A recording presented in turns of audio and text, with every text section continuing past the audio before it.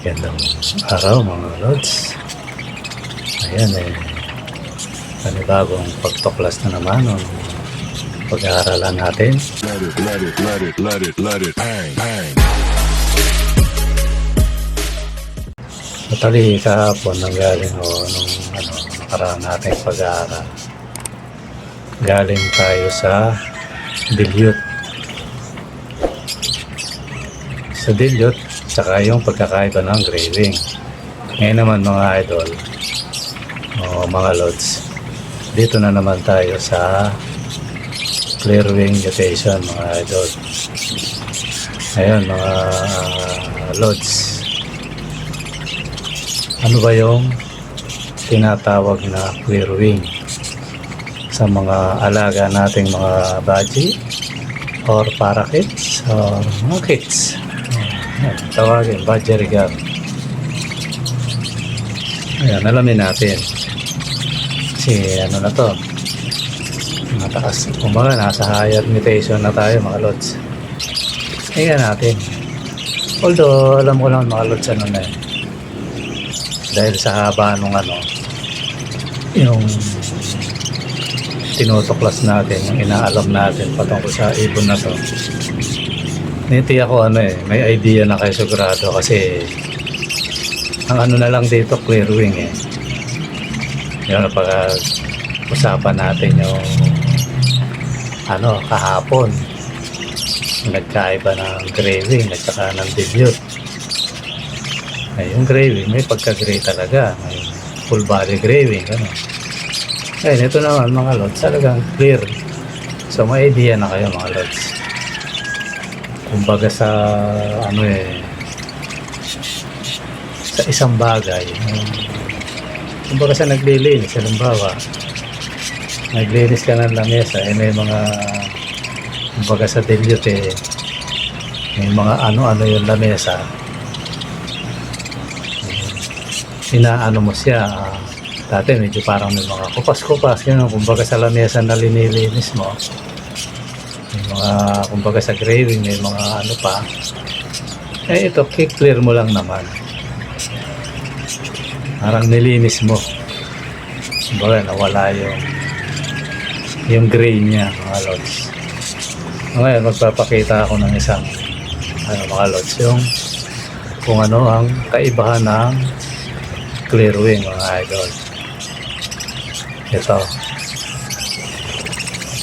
pasensya na kayo kasi medyo malabo, pero wala namang masyado kasi kagaya ng dilute, diba, yung gray wing minsan lumabo to, minsan nandyan pa. Totally ang yan yung nakikita nyo sa monitor, babasa ako ng mga lods ng isang totally sabihin na natin article.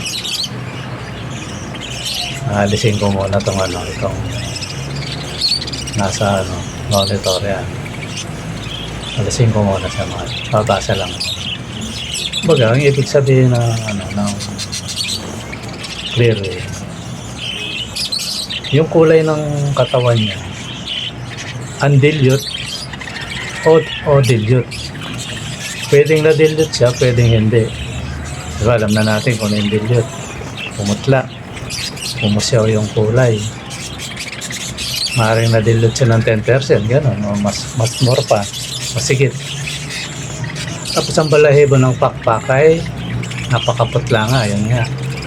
Ang kulay abo o puti, dilaw, depende sa kulay ng base ng katawan mga lods. Yung mga pat sa pisngi, may dark, maaaring violet dark, gano'n, o dark blue. Pwede rin siyang madilute o undilute mga lods, kasi pinaglalabahan lang dito yung clear diba? Dahil ang clear wing at gray wing ay parehong nangingibabaw na mutation mga lods. Kung ipapares mo sa mga ito, makakakuha ka ng mga pwedeng yan, kagaya nung ibabalik ito mga lods sa yung full body yan. Yan mga lods. Kasi ko muna mga lods yun yung nagbabasa ko. Pwedeng full body.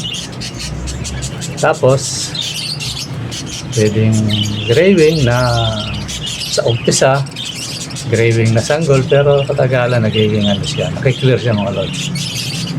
Possible yun pero minsan hindi. Isang badge na may kulay abong pakpak, ngunit normal natin yan. Ibig sabihin hindi natutunaw ang kulay ng katawan at madilim na pat sa pisngi. Impossible ganun, pero clear siya mga lods. Bawa ganito lang yung tugi-konto na merong tinatawag na clear wing, pero gray siya kasi gray nga pero malinis, wala kang makikitang bahay. Yun, kinoconsider na ano yun, clear wing din. Diba yung nakaraan gray wing, pero kinoconsider din siya clear wing siya mga lods. Kasi ibig lang naman sabihin ng clear wing, yung solid siya maaaring may mga pats tapos nalinis, ano mang kulay yan mga lods. Yun lang yung iponto ng ayun, ganito lang yung yung paliwanag ng itong na to. Ngayon papakita ko ulit mga lods. Yan nga, yun ko kung pero kung makikita nyo medyo may kalabuhan yung picture na to. Kuha ko ng iba. Yan naman, sobrang labo din. Kita natin yan. Yan, clear wing din ang tao dyan, no, lods. Yan, malinis na talaga siya. Ito rin. Yan, may mga depende na sa ibon nyo, mga lods. Yan, tinatawag na clear wing. Baga tayo mga lods, nandun pa rin tayo sa basic. Ang importante, may pagkakilanlan ka sa clear wing. Kasi alam ko, yung mga susunod na pag nalaman nyo na to, kayo na rin ang makakatuklas ng iba na mutation kasi gano'n naman hindi naman lahat na ituturo sa atin mga idol. Ito, medyo malinaw-linaw na clear wing. Yan mga lods, tingnan nyo yung niya. Ito, kinukonsider na clear wing to. Ito mga idol, may ibon akong ganito. Talagang solid na siya.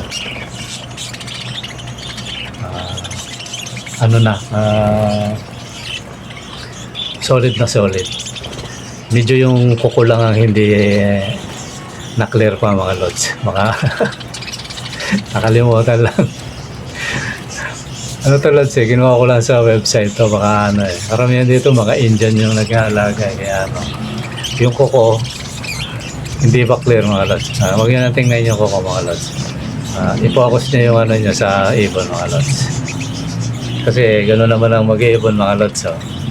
Umamin lang tayo minsan lalo na ako mga lods, diba minsan nasingit ko lang siguro ganyan kuko ni kuya. Ako minsan may ibon mga lods na yung pupo nila hindi tumitigas, wala kung bakit. Ngayon yung mga anak nila dumidikit. Again, alam ng mga mag-iibon to, may mga ganong ibon mga lods, mga parakit kahit African mga ganon. Siyempre, ikaw, babakbakin mo yun. Unti-unti mo babakbakin, kaya minsan, nasa kuko mo yun. Siyempre, pag natapos, mga lods, minsan na mga lods, pumikap ako yun, pagkatapos kong, linisin sila. Siyempre, nagsasabon tayo, yung kuko, nililinis ko yan. Di maiwasan yan, mga lods, pag nag-iibon ka. Babakbakin mo kasi yan, yung pupo. Maaaring si kuya gano'n, nakalimutan lang yan. Baka masyado na maraming alaga kaya na hindi niya na-clear na hindi na-dilute yung niya mga lods, yung kuko niya. Tayo na iba mga lods.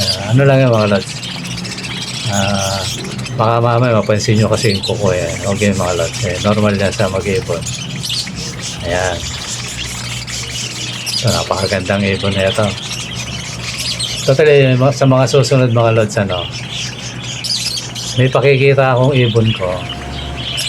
Pauhulaan ko kung matalas na yung mata niya. Ipo-focus ko siya. Ngayon, pauhulaan ko sa inyo kung ano siya. Para malaman nyo kung ano. Kasi pag sa kasi camera, hindi masyado Pero sa personal, maganda yung personal Makikita mo. clear wing, yung dilute, yan, 80%, 90%. May ganun akong ibon mga lods. Biglang tingin, kala mo puti lang, pero may mutation siya mga lods. Mga mag-ibon, alam yan eh. Kasi ako rin, nakala ko sa parakit, sa mga baji, walang ano eh, malawak din pala ito. Ayan mga lods. Ito, walang masyadong hiwaga dito, di ba? Ito meron.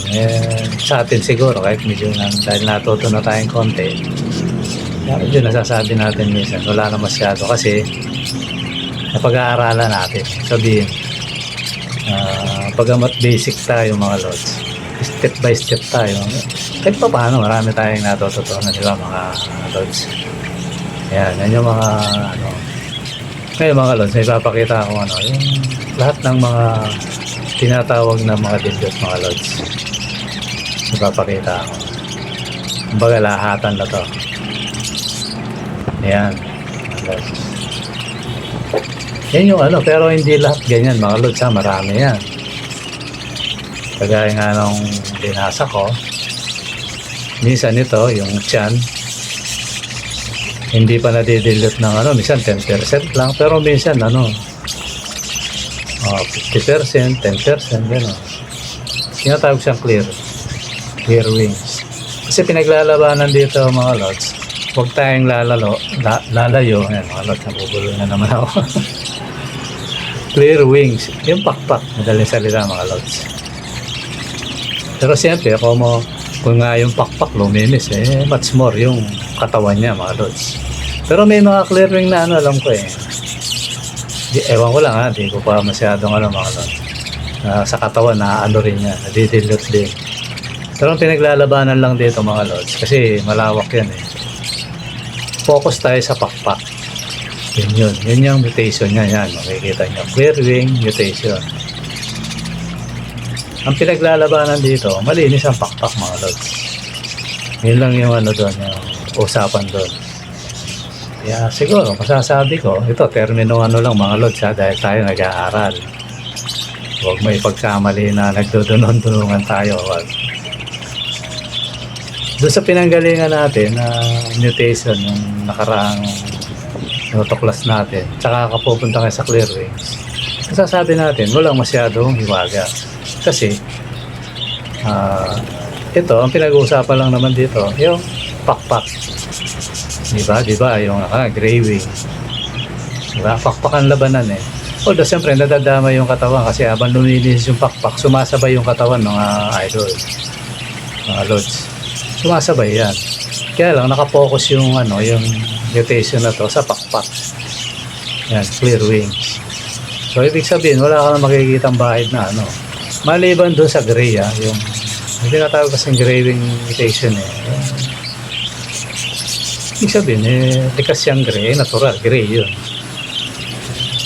Kaya ibig sabihin na solid siya, gano'n, malinis. Yun lang naman ang punto ng clear wing. Ano mang kulay yan, kagaya nito, parang medyo creminous siya, diba? Yung pakpak, bagang puti yung pagwis naman.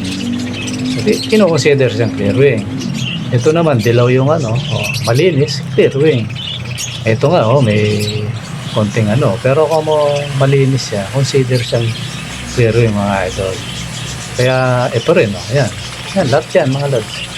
Kaya kung alaga mo, kagaya yung nakuha ni idol, yung kinikwento ko sa inyo, yung kino-consider clear wing yun kasi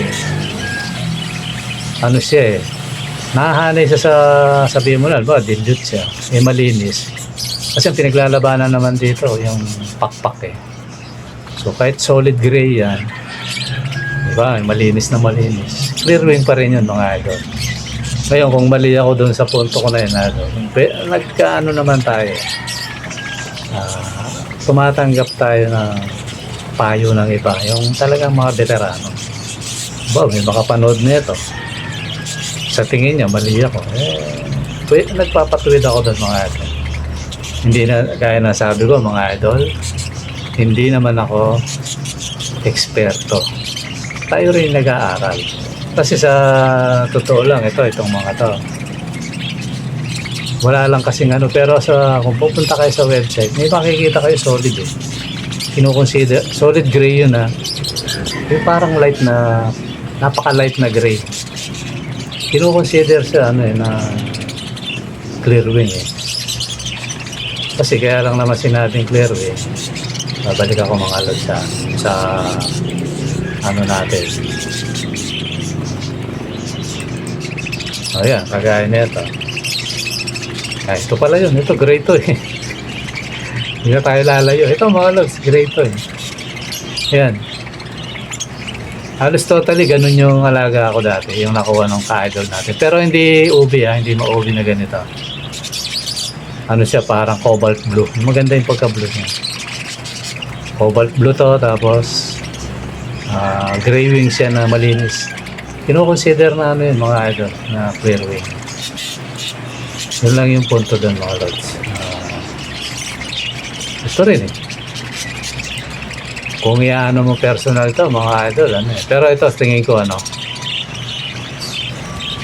parang ma-OB to sa personal eh. Ewan ko lang ha, kung mali ako ha. Kasi malabo eh. Parang siguro ito, napaka-light na OB mga lods. Ayan, ganun lang yung pag ano mga lods. Yung ibig sabihin ng clear wing mga lods. Balik na lang tayo dito sa ganun lang yung mga lods. Walang masyadong tayo yung sa pinag-aaralan natin kasi galing tayo dun sa isa dilute ba yun engraving o dilute galing tayo dun. Ganun lang yung mga lods. Yan mga lods, ganun lang. Kung medyo may lagi kong sasabihin kung ba, yung talagang mga veteran, nakikita niya, may mali akong sinabi. Handa naman ako magpaano doon mga lods. Tayo, lagi natin sinasabi, hindi naman tayo marunong. Kagaya nyo rin ako nag-aaral. Diba, sabi nga, sabay-sabay tayong matuto. Ayun, kung medyo may mali akong nasabi, di pakikorek ng marunong. Diba? Ganun lang mga lods. Tandaan nyo mga lods, ako isang panahon sa eskwela, may mali din ng teacher eh. Ewan ko kung meron sa website no, na kinorek ng na pupil yung teacher niya. May ganun mga lods. So, pero hindi hindi sa lahat ng pagkakataon. Siguro yung bata na yun, henyo masyado. Ganung tao kasi, henyo. Likas na matalino. Hindi ganun pangyayari. Pero hindi naman sa lahat ng pagkakataon. Parang ganun lang yung mga lods. Na, kung may mali ako, handa naman tayo dun sa handa natin tanggapin kung mali tayo mga lods. Hindi naman ako kasi may tao naman talagang ganun eh. Alam niya mali niya, pipilit. Hindi ako ganun lods. Handa tayo sa ganun. Lods ha? Yun. Sana mga lods may natutunan tayo ngayong araw na to sa mutation ng ibon na to mga lods. Pinitiyak ko naman mga lods, lalo na yung mga UV may matututunan yan ay pakonti-konti 2%, 3%. Ako rin mga lods, may matututunan din ako dito. Although ako, kaya yun nga, kaya na sabi ko, hindi sinasabing 100% mga lods ha, sinasabing gano'n na 100% alam ko hindi. Pinagbabatayan ko kasi yung actual yung alaga ko. Mahirap lang kasi mga lods ito may kwento ko lang kasi kahapon gagawin ko sana actual itetest ko yung mga mutation ng ibon. Yun mga lods, inakay pa yun inakay pa siya. Ang complete complete na yung pakpak niya. Dito ako sa loob ng bahay. Hindi ko lang naisara yung kortina kasi pinadapo ko siya doon sa perch, yung ginawa ko perch na dapuan. Tapos iniikot-ikot kong gana habang dinitituan ko. Biglang lumipad mga idol. Napakagandang ibon pag ipapakita ko yung kinikwento ko. Sabi ko patay, flyby. Lumipad, dire-diretso yung gano'n umakyat hanggang sa taas na gano'n. Hindi sa man lang dumapo, talagang tuloy-tuloy. Lumabas sa bintana, ang malas ko pa, bukas yung bintana ako. Ayun. Pumunta dun sa may adyari natin open yun Tapos naka-open pa yung net. May net akong nakasara pero open siya. Buti na lang, swerte ko mga lods. Nakita niyo mga ibon na marami. Yun, dun siya pumunta. Ayun, nagmamadali akong dinakma kagad. Lods, buti nadakma ako pa. Kaya sabi ko talagang akin ka pa rin. Swerte pa rin ako mga lods. Kasi alam niyo kung bakit mga lods. Noong isang araw, nagpapakain ako ng ibon dito sa baba. May narinig akong kakaibang huni. Parang African. Di ko pinansin. Tinuloy ko yung pagpapakain. Yung pagkakit kong ganon, akala ko nakawala yung yung binigay ni Idol sa atin na yung kulay ubi. Pero iba, nakita ko maganda, sunog yung ulo. Saka nakita ko yung sa akin, nakakulong naman. Tapos may sing-sing, napakaganda mga lods. Yung perso na sunog ang, talaga mahal na ibon na sunog yung ulo. Maganda, napakakinis ng ibon. Ayun, nagdapo-dapo siya, di kinuha ko yung pansilo, nagmamadali ako. Tapos nagsusuot siya dun sa ang bumakala ko, mahuhuli ko siya mga lods Kaya lang, matalino talaga yung mga ibon, mga lods. Talagang lumapit pa sa akin gano'n, no? Tapos yung pag hataw ko ng silo, sabay ilaw. Wala, dinaanan lang ako sa ulo, sabay tuloy-tuloy na siya umalis, mga lods. Kaya sabi ko, sayang, hindi hindi kasi eksaktong nakasara tong itong may mga madadaanan pa rin butas kasi yun nga kasing layo ko minsan pag may naliligaw na ibon nakakakain tapos pagkain nating huli hinuhuli ko mga lods kaya minsan makikita nyo diba merong ibong bahay nasa natatrap sila kaya minsan siguro gagawa ako ng trap yung may kulungan tapos may pagkain na pag pumasok siya pasok agad sa banga mga lods huli hindi siya makakawala nang layo natin doon nuntayin natin kung sino yung sino yung maghahanap kasi sigurado dito lang yun sa akin wala naman naghahanap kagaya ng isang nabitag ko although low mute lang yun kaya siguro pinabayaan ng may-ari na African yun ngayon nandyan kaso di pa rin dumadami mga lods parang hindi ako nakapokus yun kasi yun nga kasi paborito kong alagaan yung mga parakeets tsaka yung gusto ko sana yung yung kakatil mga lods kaya darating ang araw pag yung talagang mapera na ako kasi ngayon lods wala tayong pera yun ang gusto kong bilhin talaga alam nyo naman yung patukan ng mga alaga natin mga mag-iibon dyan na marami na rin alaga alam nila yan medyo mabigat din sa bulsa yan kaya hindi ko mabili-bili pa yan mga lods kaya muna yung munting pangarap natin ay isasantabi ko muna yung mga idol pasasambat makukuha rin natin yan kasi marami akong ibon na gustong bilhin pero saka na mga lods malay nyo pagdating ng araw kumita na tayo diba mga lods dito sa ginagawa natin ito yung channel ko na to panigurado yung mga lods mabibili ko yan kaya mga lods paano mga lods sana marami kayong natutunan kahit pa konti-konti at sana pag may ganyan i-share nyo ng i-share mag-like ang napansin ko mga lods wala nang masyado yata ang na-focus sa panonood hindi na sila nagla-like hindi na sila nagko-comment so diba focus na focus mag-comment kayo mga lods kahit anong lang kahit hot lang kasi importante yun sa discussion na to para lalo tayong ni YT mga lods okay mga lods maraming salamat sa panonood bye bye